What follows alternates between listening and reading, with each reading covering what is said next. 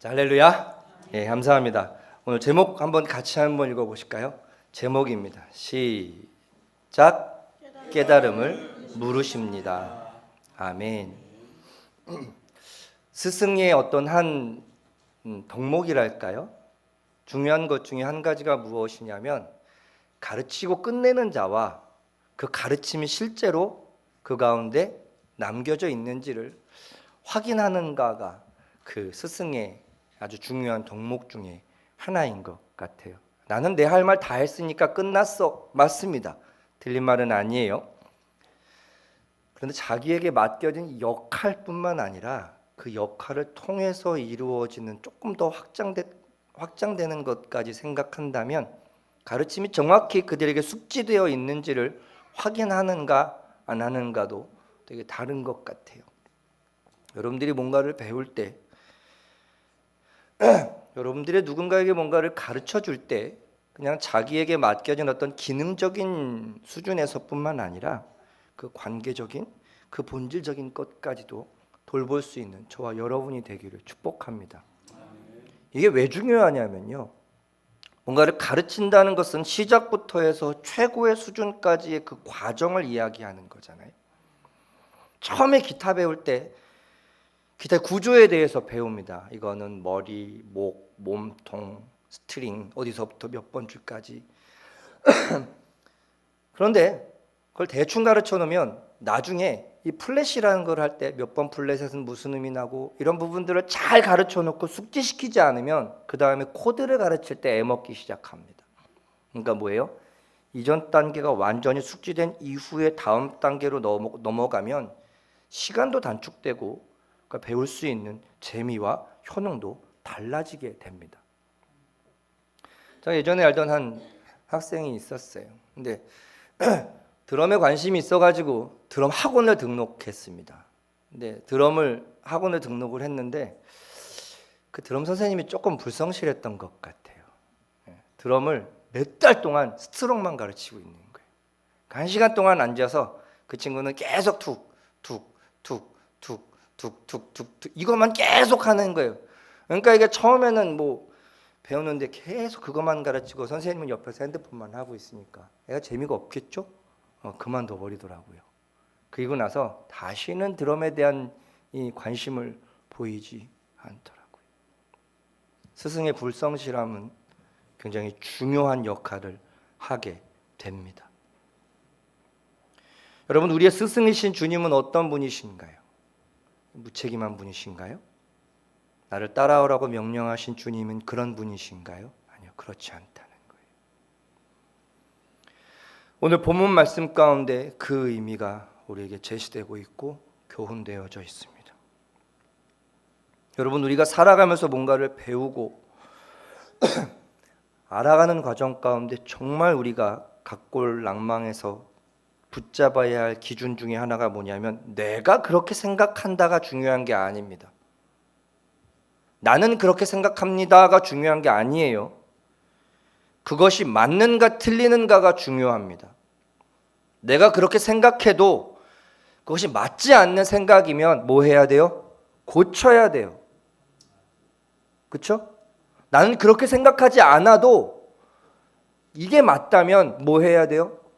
고쳐야 됩니다. 그렇지 않으면 절대로 발전이 있을 수가 없습니다. 그렇지 않으면 그 공동체, 그 무리는 하나 될 수 없습니다. 그런 의미에서 우리는 절대 타협할 수 없는 가장 중요한 것은 바로 복음과 연관되어 있는 것만큼은 절대 타협할 수 없습니다. 오직 예수 그리스도의 십자가 대속의 죽으심의 은혜로 우리는 믿음으로 구원받습니다. 이 이외의 그 어떤 것도 우리는 납득하고 수용할 수 없습니다. 그 이후의 것들은요, 얼마든지 여러분 그 아주 재밌는 일은 토요일날 예배드리는 것이 맞습니까? 주일날 예배드리는 것이 맞습니까? 주일날 왜 예배드리는지 아십니까? 왜 그럴까요? 하나밖에 없습니다. 더 많은 사람이 더 많이 예배 드릴 수 있는 시간이고 날이기 때문입니다.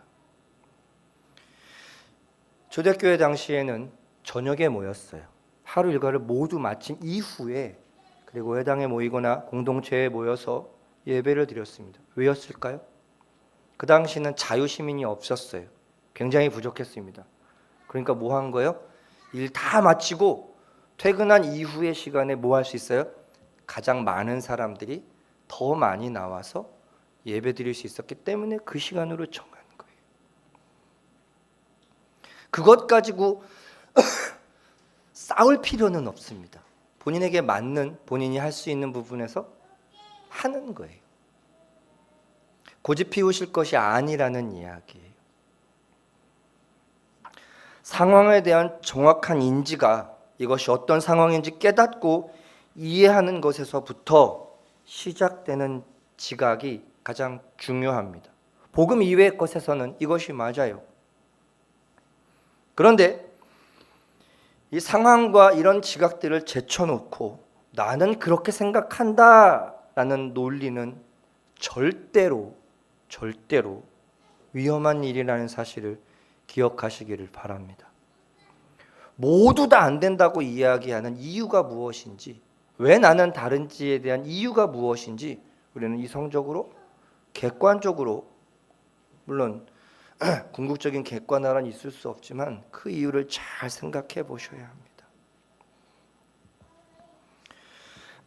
모든 일을 시작할 때뿐만 아니라 과정 중에 있을 때 이러한 인식을 가지고 살아가면 크게 트러블이 나거나 어긋날 일이 없습니다. 많은 사람들이 보기에, 모두가 보이기에 합당한 것이면 따르면, 수긍하면 되는 것이기 때문입니다. 여러분 잘 생각해 보세요. 운전도, 요리도, 공부도, 운동도, 모든 것도 마찬가지입니다. 주된 목적이 있으면 그 목적을 이루기 위해 그 과정과 합당한 방법들이 조합이 되어져야 그게 전체적으로 능력을 발휘하게 됩니다. 제가 고등학교 때 둘째 누나가 일하고 있던 그 센터에서 헬스장을 제가 몇 달 다닌 적이 있습니다. 가면 운동을 열심히 막 아령을 두고 막 운동을 하죠. 근데 헬스장을 가보면, 이런 표현 좀 어색할 수 있지만 약간 기형적인 체형을 가지고 계신 분들이 대단히 많습니다. 특히 남자분들 보면 상체는 막 엄청 막 대단합니다. 근데 하체 운동은 안 하시는 거예요. 그러면 아주 뒤에서 보면 아주 재밌습니다. 그 왜 옛날 그 디즈니 만화나 이런 데 보면 힘 나타내는 캐릭터 보면 상체는 이만한데 왜 다리는 짤딱막하잖아요. 그런 분들이 계세요. 상체는 막 엄청 운동을 하시는데 하체는 운동을 안 하면 아무짝에도 쓸모가 없습니다. 전체적으로 밸런스를 맞춰서 그 기능과 힘들이 모여졌을 때 진짜 굉장한 힘을 발휘하게 됩니다. 그래서 건강하게 운동을 하는 사람들은 분할을 해요. 하체, 코어, 등, 팔, 어깨 전체적으로 밸런스를 맞춰놔야 그것이 큰 힘을, 올바른 힘을 발휘하게 됩니다. 구원에 대해서, 하나님에 대해서, 또 예수님에 대해서, 죽음에 대해서, 영혼에 대해서, 영생에 대해서, 하나님의 창조에 대해서, 이 모든 것에 대해서 우리는 편협되지 않게 이것들이 어떻게 서로 연관되어져 있는지를 배워 가셔야 합니다. 덮어놓고 믿으시면 안 됩니다. 덮어놓고 믿으면 나는 그렇게 생각한다라는 신앙으로 나아갈 수밖에 없습니다. 정확한 전달을 위해서, 정확한 수용을 위해서 우리는 그 이유와 과정을 항상 되짚어 보셔야 합니다. 왜 나에게 저 말을 하고 있을까? 왜 내가 저 말을 들어야 할까? 왜 나는 이렇게 반응해야 할까? 여러분들 생각 없이 내 개인적인 기준과 가치관으로만 살아가면 절대로 사회와 공동체에 어울릴 수 없습니다. 어린 아이들이 자라갈 때 해야 할 것과 하지 말아야 할 것을 부모로부터 통제받고 훈련받고 연습합니다. 하고 싶은 대로 하게 내버려 두면 그 당시에는 재밌을지 모르지만 이 아이는 그 공동체 안에서의 삶을 배우지 못하게 됩니다. 그러면 그 역할을 수행할 수도 없고 함께 할 수도 없게 됩니다. 자기의 감정을 컨트롤하는 것을 어려서부터 배우지 못하면 그러면 나중에 극단적으로 가면 분노 조절 장애가 될 수밖에 없는 거예요. 내 마음에 맞지 않는 것을 내가 절제하고 컨트롤하는 방법이 훈련되지 않으면 어쩔 수 없습니다. 격한 방법으로 표현하고 드러낼 수밖에 없습니다. 물론 여러 가지 요인들이 있을 수 있지만 저 여러분들의 삶 가운데 우리가 신앙인으로서 왜 예배해야 하는지, 왜 나는 기도해야 하는지, 왜 나는 말씀을 읽어야 하는지, 왜 나는 헌금해야 하는지, 왜 나는 믿음의 성도들과 함께 교제하고 함께 섬기고 헌신하며 나아가야 하는지, 이것이 내 영혼을 어떻게 주께로 더 가까이 접붙임 받게 하는지, 쉽게 말해서 내가 어떻게 그리스도와 연합되는 내가 될 수 있는지를 훈련시켜가는 과정입니다. 누군가에게 가르침을 받을 수도 있지만 정확한 가이드를 가지고 혼자 배울 수도 있어요. 이건 우리를 독학이라고 합니다. 얼마든지 가능합니다. 어렵기는 하지만 내가 어떤 자세와 어떤 각오로 임하는가에 따라 독학도 가능해요. 복음을 전해 듣지 못했지만 성경을 주워서 읽기 시작하면서 그 안에 성령께서 역사하심으로 믿음이 들어가는 경우도 대단히 많습니다. 사람의 말에는 기울여지지 않지만 이 기록된 이 기록물 성경을 통해서 주님을 만나게 된 케이스들 부지기 있습니다. 하물며 저와 여러분들의 내면과 영혼 가운데 주님을 대하는 태도, 내게 주시는 이 말씀, 내가 얼만큼 정확하게 올바르게 깨닫고 있는지 말씀을 기준으로 삶에서 검증되시기를 축복합니다. 이 근간이 흔들리면요, 어떤 부분이 부족하고 연약하고 기초부터 설계대로 지어지지 않은 건물은 반드시 무너지게 되어 있습니다. 어느 한 부분이 연약하다면 연약한 부분을 강하게 붙잡아 놓고 다음 단계로 넘어가야 합니다. 이 치열한 세상은요, 이런 영적인 이 근력과 믿음이 없이는 신자로서 살아갈 수가 없습니다. 그래서 성경은 언제나 우리에게 이 깨달음이, 이 복음에 대한 내용이 그 내면에 주인의 역할을 해야 합니다. 내가 어떤 목적이 있다면 그 목적을 이루기 위해서 나는 하루를 어떻게 보내야 하고 시간을 어떻게 보내야 하고 어떤 마음가짐으로 살아가야 하는지가 너무너무 중요하기 때문입니다. 그리고 그 단계별로 이 수준들을 자기 스스로 점검해 보아야 합니다. 그리고 우리 교회 공동체라는 것을 우리에게 허락하신 이유는 믿음의 동역자들 간에 그런 부분들을 서로 나누고 중보받고 위로받고 격려받고 격려하고 위로하고 그렇게 서로가 한 마음이 되어서 이 교회가 세워져 가게 됩니다. 누군가에게는 일주일에 한 번의 예배로 충분하다고 생각하지만 누군가에게는 매일의 예배도 부족하다고 여기는 경우도 있습니다. 하나님을 생각하는 시간이 하루에 한 번이면 충분하다고 생각할 수도 있지만 매 순간 주님을 생각하는 것조차도 나에게는 부족하다고 여기는 사람이 있을 수 있습니다. 둘 다 틀렸다는 이야기가 아닙니다.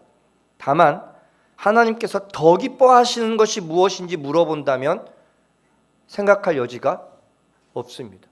고민할 여지가 없습니다. 그래서 우리는 하나님과의 관계 가운데 제가 아까 말씀드린 내 시간, 영혼, 물질, 수고, 헌신 이 모든 것이 어떻게 더 한 걸음 진일보할 수 있는지 그 방법을 숙지하기 위해서 내가 무엇을 해야 하는지 습관 들이기 위해서 계속해서 가이드 받고 가르침 받고 지침을 생각해야 합니다.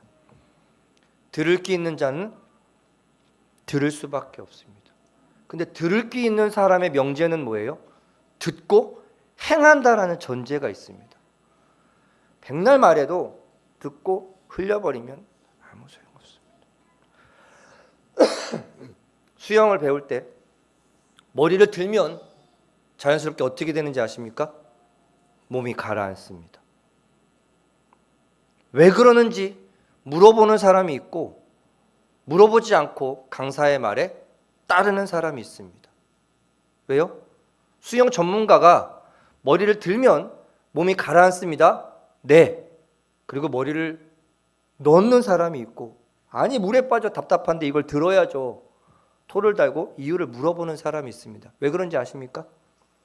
몸에서 제일 무거운 게 머리예요.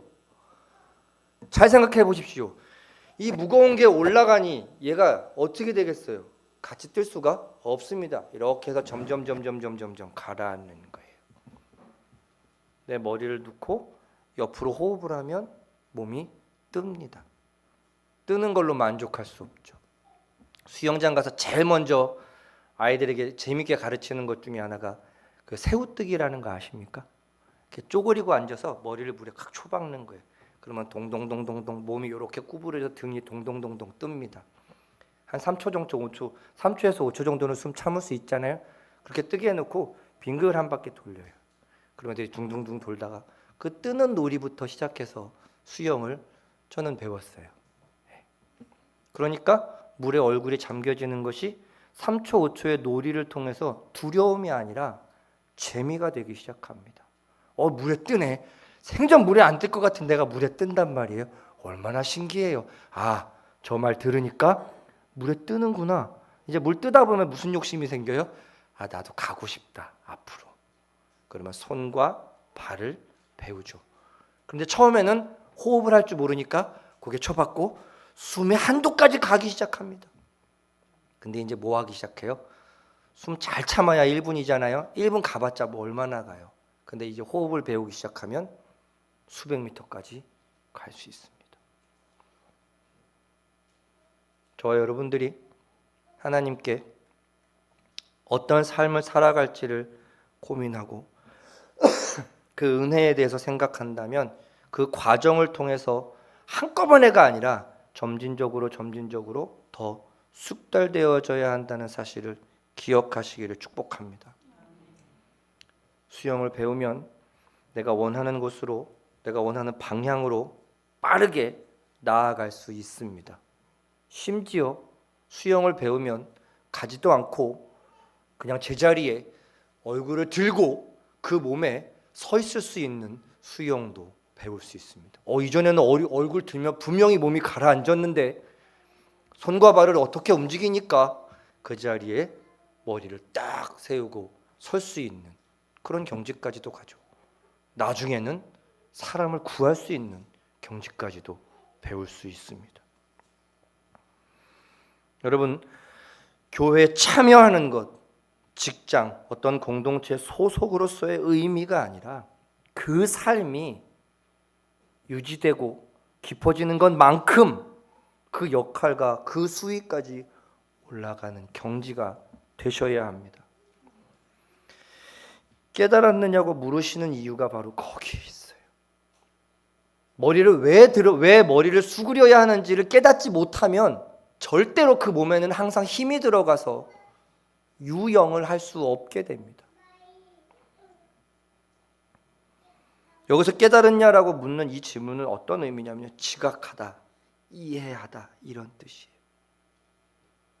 그걸 알면 하게 됩니다. 이 깨달았느냐라는 표현이 가지고 있는 본래적인 사전적 의미는 뭐냐면요. 다른 두 가지를 포개서 하나로 결합하는 것 같은 것을 의미합니다. 여러분 혹시 이런 표현 죄송합니다. 아이언맨 1편 보신 분 계신가요? 아이언맨. 아무도 없으시군요. 갑자기 등줄기에 땀이 납니다. 거기 어떤 장면이 나오냐면 토니 스타크라는 무기 제조하는 업체 대표가 테러를 당해서 그 테러 집단에 끌려가게 됩니다. 근데 그 테러 집단에서 그 토니 스타크라는 사람이 만들어낸 제리코라는 아주 강력한 미사일이 있어요. 이거를 만들어내라고 시키고 감금을 합니다. 그래가지고 토니 스타크가 거기서부터 뭘 막 만들기 시작해요. 막 열심히 막 땜질도 하고 미사일 분해해가지고 뭐 재료도 만들고 해서 막 뭘 만듭니다. 한참을 지났는데도 그 미사일 모양은 안 나와요. 근데 그 테러 집단들이 뭘 알아요? 만들겠지. 뭔가 열심히 하니까 기다려봅니다. 그런데 그 토니 스타크 옆에서 도와주는 의사 한 명이 있는데 그 사람도 이제 같이 그 작업을 하는데 여러 가지 이런 설계도 같은 거를 막 여러 장 막 흩어놓습니다. 그러다가 토니 스타크가 이게 뭔지 그 의사한테 딱 밝히는데요. 빛나는 판때기 그 판자 위에 종이를 한 장, 두 장, 세 장, 네 장, 다섯 장 겹쳐졌는데 그게 뭐였냐면 아이언맨 영호기였습니다. 헬멧부터 무기부터 부스트부터 한 장 한 장 한 장 한 장 한 장 겹쳐지니까 이게 강력한 갑옷 탈출 무기가 됐습니다. 신자가 세상을 보고 세상을 경험하며 세상에 속해 살아갈 때 참 다양한 것들을 겪게 됩니다. 근데 세상의 기준으로 그걸 보면 그냥 단순한 설계도 한 장이에요.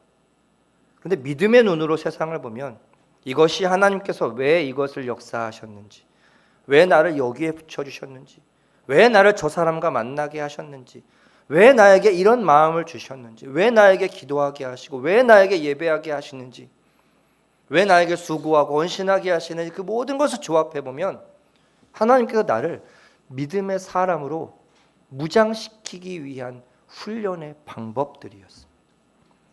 말씀으로 무장하고, 기도로 무장하고, 겸손함으로 무장하고, 성령의 능력으로 무장하면 세상이 감당할 수 없는 그 믿음의 거인이 되기 때문입니다. 그 고철들을 조합해서 만든 그 갑옷 하나로 그 테러 무리들의 본거지를 아주 싹 초토화시키고 탈출을 해요. 여러분, 단순하게 기억하고 있느냐라고 이야기하고 있는 게 아니야. 기억한 것이 우리의 삶 가운데 능력이 되고 원동력이 되고 나를 이끌어가는 지침이 돼야 됩니다. 프로토콜이라고 하죠. 군대에서 어떤 상황이 딱 터졌을 때 딱딱딱딱딱딱 전개돼서 명령이 어떻게 보고가 어떻게 올라갔다가 명령이 어떻게 이루어져서 바로 반응하고 대응할 수 있는 그것들이 완벽하게 구축되어 있어야 합니다. 어떤 상황 가운데 두려움이 신자에게 들어왔다. 그러면 우린 뭐 해야 돼요? 이게 정말 두려워해야 될 문제인지 아닌지 판단하지 마셔야 됩니다. 두려움은 우리에게 신자에게 허용되지 않는 감정입니다. 하나님, 두려움이 왔어요. 공격이 왔어요. 이거 어떻게 무찌를까요? 어떻게 막아낼까요? 어떻게 믿음으로 쫓아낼까요? 이런 감정과 생각이 우리 신자들의 마음 가운데 새겨져 있어야 됩니다. 그러기 위해서 가장 중요한 것이 무엇이냐? 천국에 대한 확신입니다. 하나님의 나라에 대한 확신이에요. 나는 하나님의 백성이고 하나님의 자녀고 나는 천국으로 갈 자라는 확신이 있으면 세상 것에 무너질 이유가 없습니다. 세상 것에 휩쓸릴 이유가 없습니다. 오늘 본문에 보면요. 깨달았느냐라고 물어봤을 때 그러합니다라고 대답합니다. 아니요. 15장 16절에 보면 제자들에게 여전히 깨달음이 없다는 사실을 지적합니다. 그 당시에는 알고 있는 것 같은데 듣고 기억한 정보로 끝내버리니까 그 정보가 내 삶의 능력이 되지 않아요. 하나님께서 우리에게 여러 가지 교훈을 주시죠. 기도해야 합니다. 예배해야 합니다. 믿음으로 서셔야 합니다. 알죠? 그런데 때로는 정말 두렵고 불편한 상황이 왔을 때 원망과 불평이 나타난다면 아는 대로 뭐 한 거예요? 아직 내가 그 경지까지 이르지 못했다는 거예요. 그렇기 때문에 우리는 항상 나를 돌아보아야 합니다. 희한하게 영적인 지각력은요, 이상합니다. 이 세상적인 기억력은 뭔가를 공부하고 외우면 남아요. 자전거 탈 줄 아는 사람은요, 한 3년, 5년 만에 자전거에 앉아도 안 잃어버립니다. 그렇죠? 혹시 그런 경험 있으신가요? 저도 그래요. 자전거를 고등학교 때 중학교 때 저희 둘째 누나가 장학금 탄 걸로 사준 자전거가 제 첫 MTB 자전거였는데, 타다가 매년 안 타다가 아주 오랜만에 자전거 탔는데 기억이 나더라고요. 세상의 기억력은요, 기억이 남아요. 그런데 영적인 지각력은요, 아닙니다. 듣고 경험했다고 해서 그것이 자기의 자양분이 되지 않아요. 내 것이 되지 않아요. 끊임없이 훈련하고 끊임없이 반복하고 끊임없이 그것을 갖춰내야 합니다. 유지되지 않아요. 항상 내가 염두에 두고 거기에 내 삶의 테두리에 세워두어야 합니다. 듣게 된 이후에 여러분 예배 시간에 하나님의 말씀을 듣고 혹은 성경을 읽을 때 우리에게 특별히 은혜되는 부분들이 있잖아요. 어떤 말씀을 읽었을 때 기억에 남는 부분이 있잖아요. 좋은 말이다라고 끝내지 마십시오. 그걸 가지고 최소한 3분에서 5분은 기도하셔야 됩니다. 하나님, 오늘 내 마음 가운데 이 감동을 주셨는데 하나님, 이거 잊지 않고 기억하게 해주세요. 그래서 정말 이 기도에 이 말씀이, 이 마음이 꼭 필요한 순간에 헛된 생각하지 않고 이 말씀이 기억나게 해주세요라고 반드시 기도하셔야 됩니다. 그러잖아요. 그러면 급한 상황이 왔을 때 그 믿음을 발휘해야 할 때 하나님이 반드시 기억나게 하시고 생각나게 하십니다. 하나님의 말씀이 기억나고 생각나야 되는 이유가 뭔지 아십니까? 올바로 판단하고 하나님의 뜻대로 행동해야 되기 때문입니다. 급한 상황이 왔을 때 우왕좌왕하는 사람은 뭐예요? 급한 상황이 났을 때 해야 하는 그 훈련을 제대로 하지 않은 거예요. 그런데 급한 상황이 왔을 때 당황하지 않고 바로 반응할 수 있는 것은 뭐예요? 훈련되고 반복돼서 숙지됐기 때문입니다. 우리는 당황할 필요가 없어요. 차분하게 하나님께서 이 상황과 환경 가운데 어떻게 역사하시려고 계획하셨을까를 마음 가운데 염두에 내면 되십니다. 듣고 메모해야 남는 것처럼 똑같습니다. 당장은 분명히 깨달아진 것 같은데 시간이 지나면 흐려지고 말아요. 이것이 반복된, 듣고 까먹으면 안 듣는 것보단 낫지만 이것이 반복되면요, 우리의 신앙은요 절대로 온전하지 못합니다. 왠지 아십니까? 여러 번 말씀을 들어서 들은 기억이 있어요. 그런데 그것을 내 삶 가운데 습득하지 않으면 정보는 있는데 그 정보를 순종하며 살아갈 능력이 거기 안에 체득되지 않습니다. 머리로는 아는데 그것이 그 삶 가운데 능력이 되지 못해요. 여러분, 제자가 가지고 있는 중요한 개념은 뭐예요? 스승의 가르침을 듣고 이해하고 간직하고 연습하고 복습해서 그대로 살아가는 거예요. 스승은 1 더하기 1을 2라고 가르쳤는데 제자는 1 더하기 1은 2가 아닐 수도 있어 라고 가르치면 큰일 납니다. 아주 극단적인 예지만 그래요. 스승이 이런 이야기한 이유를 보고 이것이 이 원리와 원칙이 무엇인지, 무엇 때문에 이렇게 가르침을 주셨는지를 고민하지 않으면 스승의 가르침을 그대로 전수할 수가 없습니다. 여러분 가정에서 여러분들이 믿음의 전수자가 되시는 역할을 분명히 해야 되는데 다음 세대들에게 건강한 믿음을 전해줄 수 있으시기를 축복합니다. 내가 살아보니까 하나님은 이런 분이야가 아니라, 내가 생각하는 하나님은 이런 분이야가 아니라, 하나님은 이런 마음을 가지고 계시더라, 정확하게 제시해 줄 수 있어야 합니다. 자기 아들이라도 온전치 못한 행동을 하면 징계하고 처벌하시는 하나님이시더라, 무조건 품어주시는 분이 아니시더라. 왜요? 무조건 품는 것은 사랑이 아닙니다. 무책임한 행동입니다. 자기 과시일 뿐입니다. 정말 사랑한다는 것은 그가 어떤 존재로 나아갈 수 있을지까지, 자기 스스로 해결해 나아갈 수 있을지까지를 염두에 두는 사람이에요. 제가 아까 처음에 스승에게 가져야 될 중요한 덕목 중에 한 가지가 그거라고 말씀드렸죠. 정보를 주고 끝나는 건요, 좋은 선생님이 아닙니다. 정보를 주고 습득시켜서 그 다음 것까지 할 수 있는 사람으로 키워내는 사람이 정말 좋은 스승이잖아요. 여러분, 우리도 한번 생각해 보세요. 내게 중요한 사람으로 기억되는 사람들을 한번 살펴보면 그 사람의 이후까지 돌아봐 주었던 분들이에요.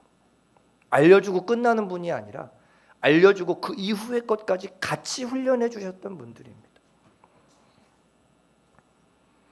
순종의 태도가 저와 여러분들의 삶 가운데 온전히 장착되게 되시기를 축복합니다.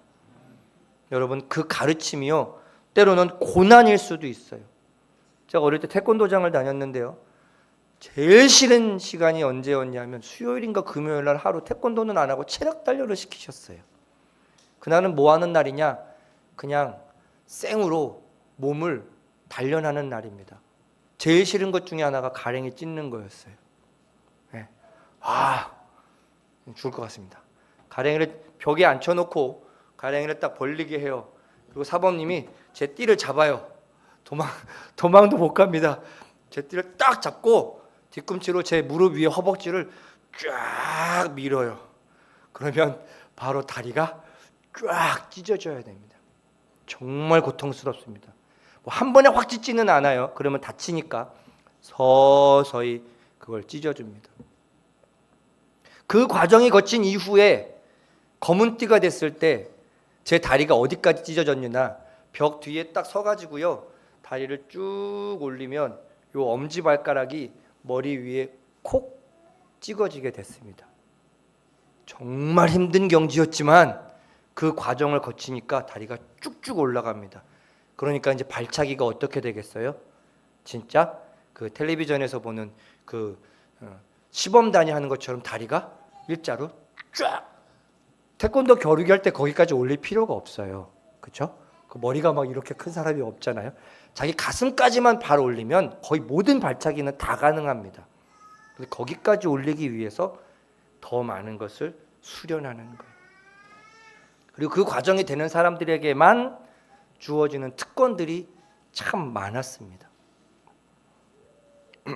여러분, 참 신자의 모습은요, 이전 것과 새 것을 같이 조합해서 지금 우리가 본질적으로 해야 할 것을 하게 하는 사람.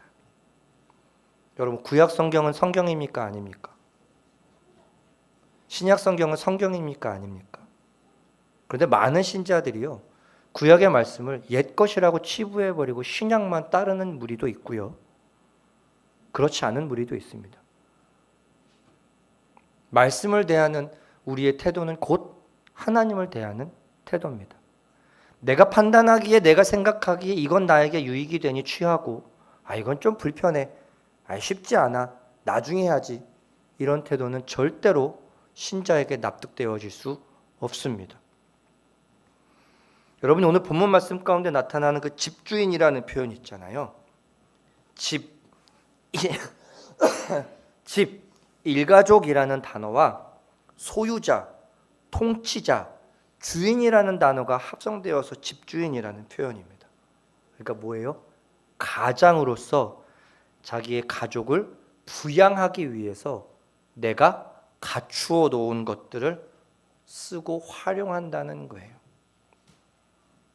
가장의 책임 아시죠? 내 가족을 부양하고 내 가족을 안전하게 지키기 위해서 최고를 다하고 최선을 다합니다. 그 책임감이 있으면요, 무너지지 않아요. 유약해지지 않습니다. 여러분들이 영적인 가장의 역할을 해야 된다는 거예요. 왜요? 말씀을 듣고 계시잖아요. 예배하고 계시잖아요. 기도하고 계시잖아요. 하나님의 능력과 역사가 여러분들의 삶 가운데 성령께서 함께하고 계시잖아요. 그 역할을 온전히 수행할 수 있는 믿음의 거인이 되시기를 축복합니다. 성경에서 이야기하고 있는 곳간이요, 내 통장 잔고나 재물 창고가 아니에요, 여러분. 성경에서 이야기하고 있는 곳간이 가지고 있는 의미는요, 마음입니다. 마음. 내가 가지고 있는 많은 것을 주는 것이 아니라 내가 가지고 있는 것을 줄 수 있다는 거예요. 여러분, 잘 생각해 보십시오. 부자라고 다른 사람들에게 넉넉히 베푸는 게 아닙니다. 그렇지 않나요? 마음이 부자여야 다른 사람들과 나눌 때 기쁨으로 나눠요. 마음이 가난하면요, 가진 게 많아도 옹색하고 옹졸할 수밖에 없습니다. 여러분들은 어떤 마음을 가지고 살아가시겠어요? 여러분들의 마음이 하나님 앞에 얼만큼 열려 계신가요? 우리 마음에 항상 하늘의 것들로 가득 채워져서 하늘의 것들로 꺼내낼 수 있는 저와 여러분이 되기를 축복합니다. 이 땅의 것 가지고 살아가기도 물론 필요하긴 하겠지만 거기에 집착하기보다 하나님께서 오늘 주신 기쁨과 감사의 마음으로 충만한 삶을 살아가게 되시기를 축복합니다. 그래서 예수를 전하고 제자 삼고 그리스도의 사역을 가르치는 온전한 역할을 감당하시는 저와 여러분이 되시기를 축복합니다. 깨달음이 있는 자들에게만 여기까지 갈 수 있습니다.